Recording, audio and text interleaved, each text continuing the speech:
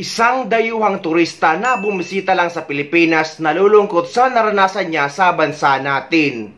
Dahil nabiktima siya ng mga nagpanggap na tourist guide at may tinurok sa kanyang pampatulog. At nung nagkaroon na siya ng malay, nalimas na ang kanyang pera at ang kanyang cellphone.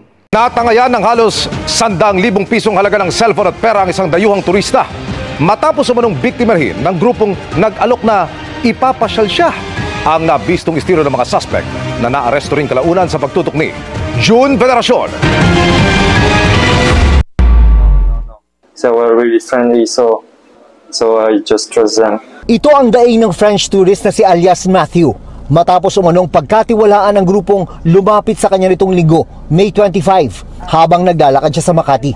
Nagpresenta umano ang grupo na sasamahan siyang mamasyal sa isang tourist spot sa Maynila. Kumain muna sila, pagkatapos sumakay na ng taxi.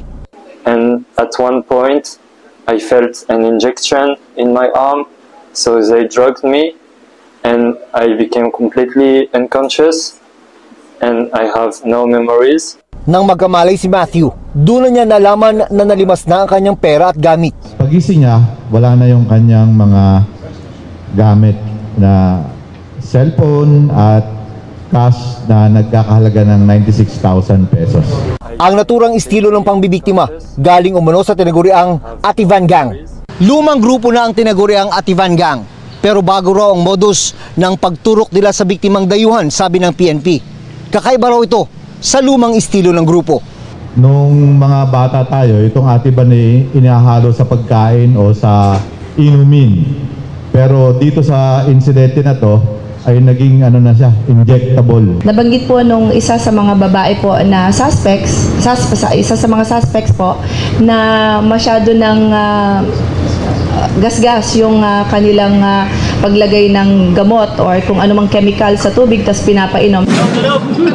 Kahapon sa tulong ng isang app, na-trace ang cellphone ng biktima. Doon na naaresto ang 5 suspect, kabilang ang isang 68 years old na babae. Nakuha sa kanila ang cellphone ng dayuhan. Sasampahan sila ng reklamong robbery.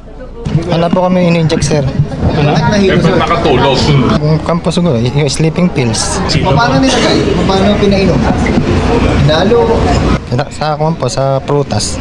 I feel sad, and I don't want that it's happened again to other tourists like me who just trust people that are friendly. Sa ganitong insidente, iginit ang NCRPO na malaking papel daw ang police visibility. Kasi yung physical presence ng ating kapulisan sa kalsada really deters crime, really prevents crime. Sa totoo lang, sa sitwasyon ngayon ay sobrang nakakahiya talaga ang Pilipinas.